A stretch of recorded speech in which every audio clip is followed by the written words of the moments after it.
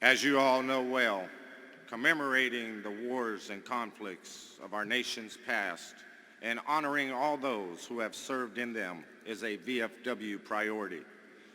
And by working together at the local and national level, we ensure the service and sacrifice of America's heroes will never be forgotten. As a World War I commemoration supporter, the VFW helps spotlight events, publications, productions, activities, and programs that allow people in the U.S. to learn about the history of the Great War, the United States' involvement in the war, and the war's effects on the remainder of the 20th century, all while commemorating and honoring the participation of the United States and its citizens in the war effort.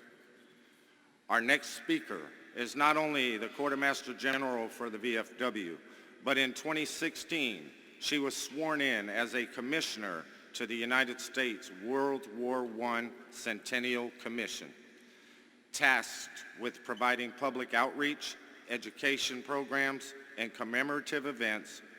Please join me in welcoming Quartermaster General and World War I Centennial Commissioner, Deborah Anderson.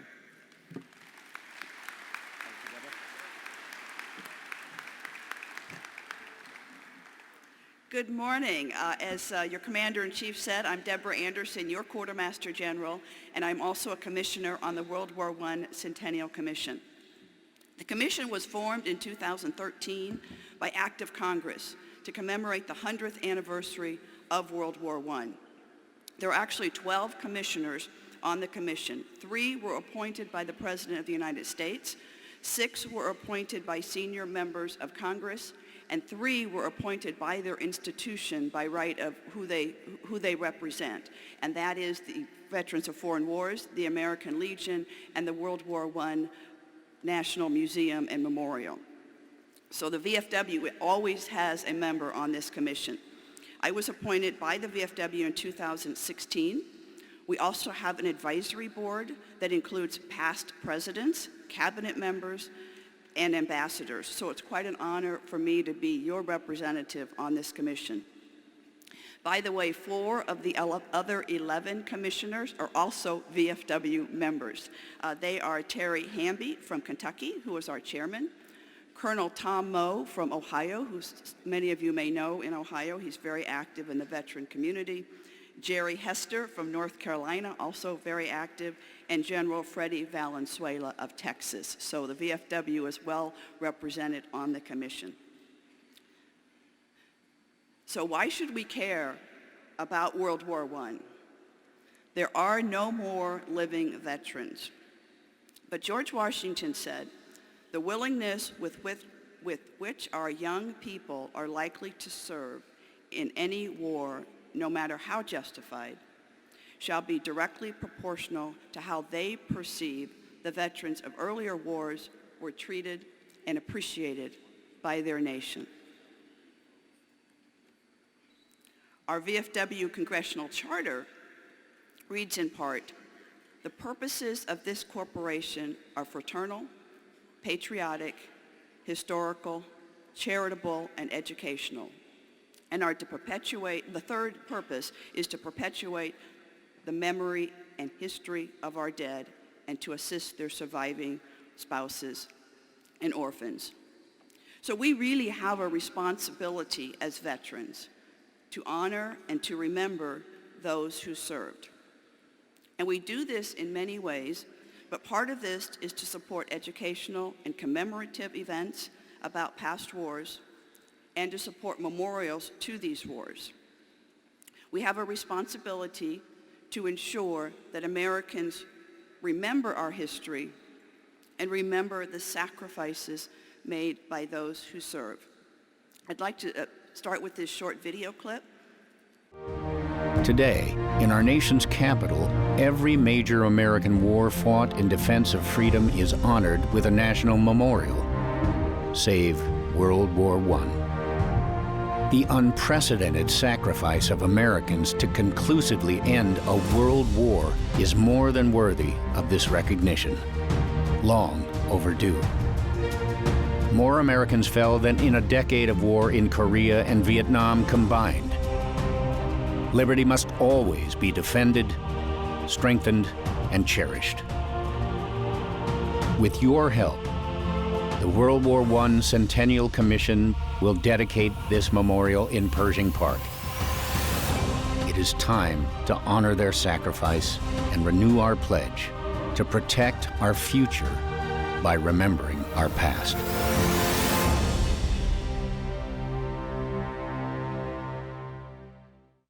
Protect our future by remembering our past. I think that's a really important thing to remember. And we have remembered our past. Oops. There we go. The VFW has proudly supported the Vietnam War Memorial, the Korean War Memorial, and the World War II Memorial. And we are also now supporting the Gulf War Memorial and the World War I Memorial, both of which are not yet built. Many people are not aware of the impact of World War I that it's had on our lives, but it has been called one of the most consequential wars of our time because of its long-reaching effects. Consider this: 4.7 million Americans served during World War I, 2 million deployed overseas, and 116,516 died as a result of their service. The war has had a lasting effect on the world today and on our lives. After that war, America emerged as an economic and military superpower. It paved the way for women's right to vote as women started working to support the war effort, and also had an impact on civil rights as African Americans fought bravely in that war, and Hispanics and other minority groups. It saw the emergence of modern medicine and many technological advances. And unfortunately, the war sowed the seeds for future conflicts in terms of international relationships and geographic boundaries. A lot went wrong, particularly at the end of the war with the peace treaty, that we can learn from. World War II grew out of this, as did Vietnam, and unrest in the Middle East. So the peace was not a lasting peace as they had hoped for. But as in all conflicts, our American service members fought bravely. Think about it. They crossed an ocean to serve in a country many had never been to fight in a war that they did not start, for the ideals, not for personal gain, but for the ideals of peace and liberty. And they did help win the war for the Allies. And they made America very proud of their service.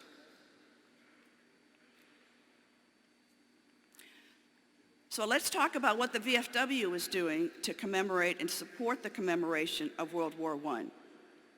We've helped in many ways to build awareness of what happened 100 years ago.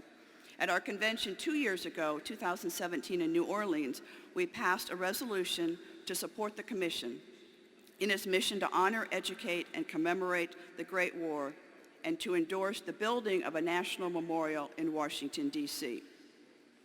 Following that meeting, the National Council of Administration approved a donation to help build the memorial of $300,000, which is consistent with what we've done for past memorials, and it also was one of the earlier ones from a veteran service organization, which encouraged others to get on board with the memorial.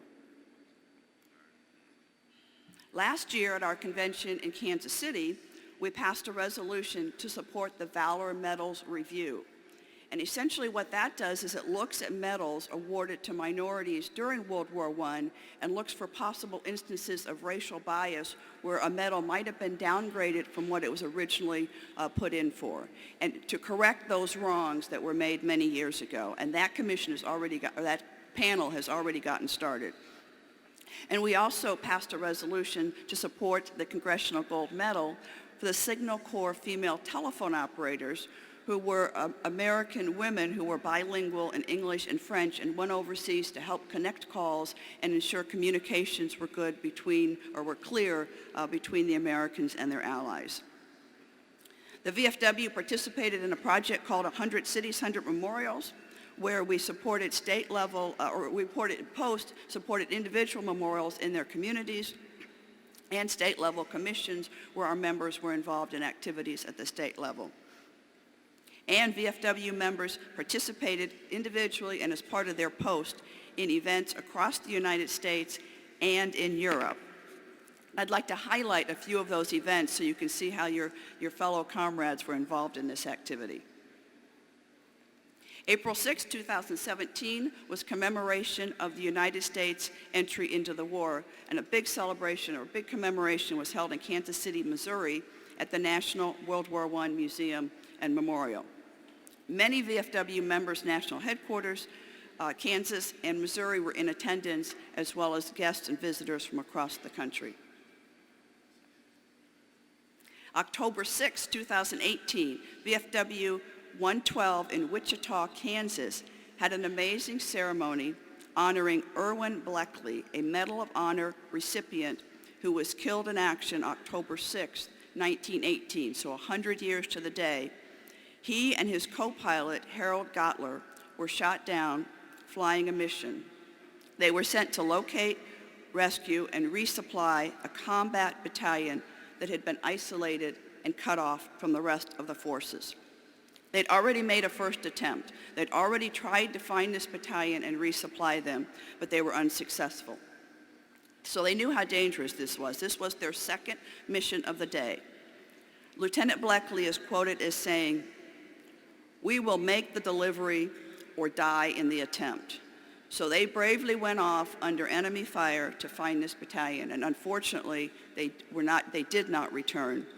They were shot down and killed in the attempt.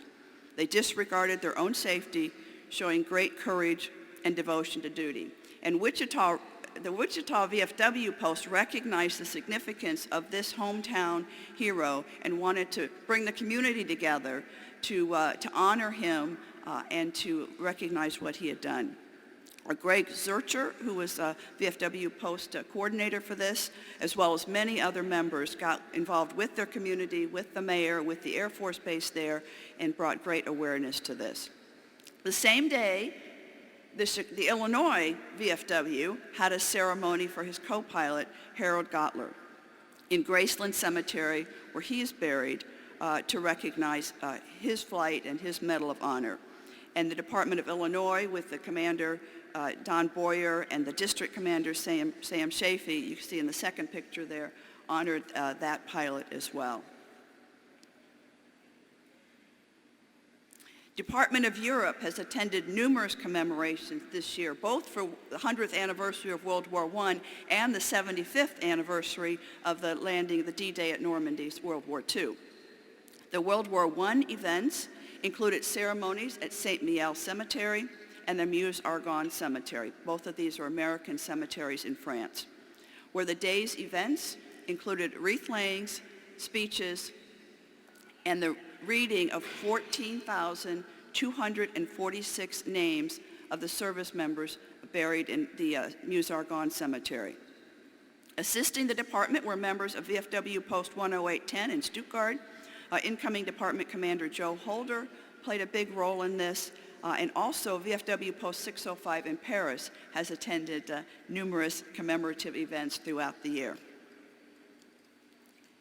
At the Meuse-Argonne Cemetery in September, VFW members helped light candles on every one of the 14,246 graves, and these are the stunning results at night.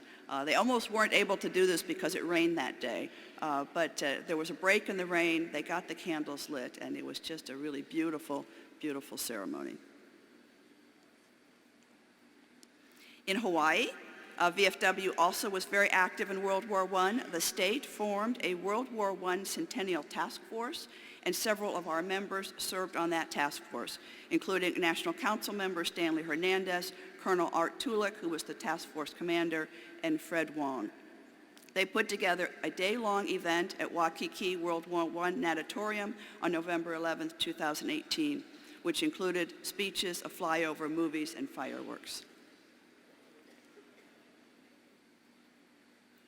The Massachusetts VFW has also been very active. Go Massachusetts. They formed a World War I uniformed color guard, and they were so effective they got asked to perform all over the state at numerous ceremonies. They are pictured here at Fenway Park. They also participated in parades and presented the colors at hockey games and other events. They were everywhere, including the American Legion Convention.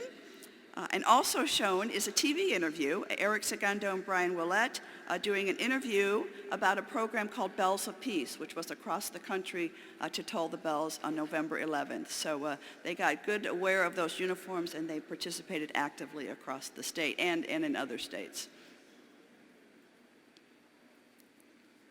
Okay. So other activities included Georgia, Nebraska, North Carolina, and many other VFW departments and posts were involved. VFW members really got behind this remembrance and assisted with numerous ceremonies and events. So thank you for your participation. So the Centennial is wrapping up.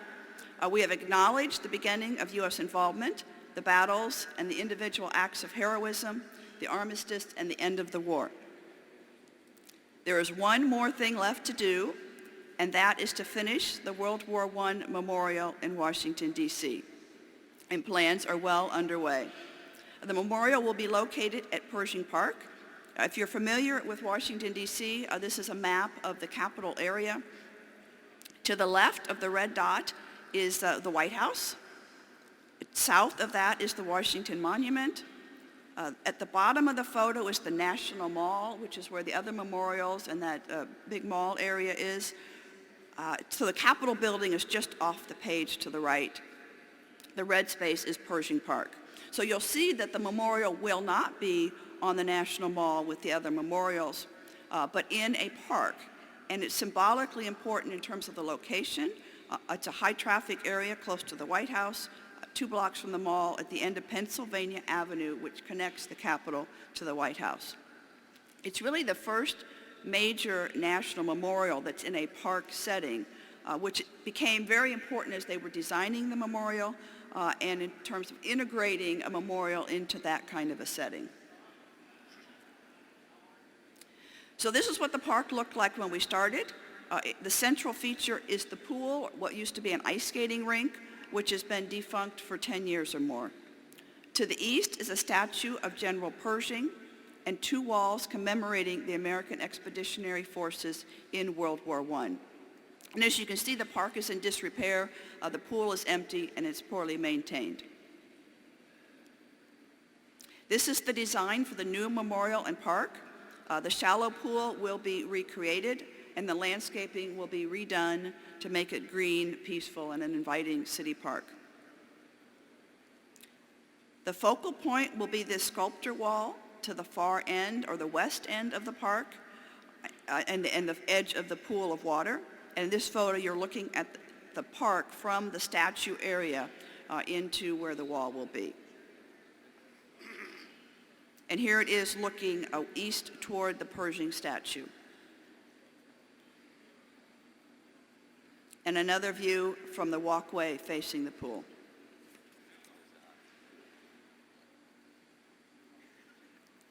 The park will have an educational area called a Belvedere, with a view of the park and information about the war. And here's what it looks like from the other side. Here's the wall at night. There are 37 larger-than-life-size figures that tell the story of a symbolic soldier's personal journey through the war. Last year I showed the video of the sculptor actually describing this wall, and if you'd like to see it, it's in the exhibit hall, and there'll be volunteers there to describe the wall to you. But it tells a story, and it's a very moving story, and one that I think many veterans will relate to. It's about leaving home, joining your comrades, the adrenaline and the horrors of battle, suffering both physically and mentally, and then stoically moving forward while remembering the past and reuniting with family, a changed person. The artist is Sabin Howard, who is a world-renowned classical sculptor, and the process that he's going through to create this is truly amazing. What he started with was the concept, and then he had took thousands of photos of actual models or actors in uniform in various poses so we could get a real feel for what it was going to look like. And then he took these photos and put them into sketches and put them into models until the final concept came together. The actual completed project will be 58 feet long and larger than life. And he builds it based on these 4 models of the figures, and then in clay. And then it gets molded, and then it gets cast, and then it gets bronze. So his work will be in clay, and the final statue will be in bronze, so it will last for many, many years, for centuries. The back of the wall will have flowing water, so there'll be moving water as well as the pool, and an inscription.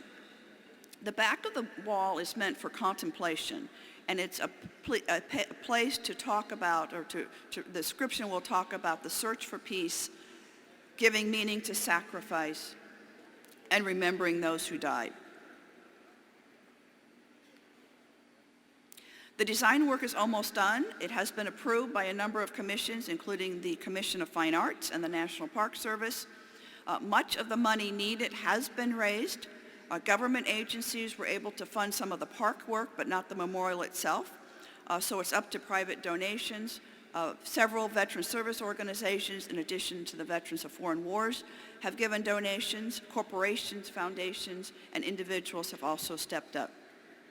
The actual groundwork for the park will start this year as soon as the money is raised.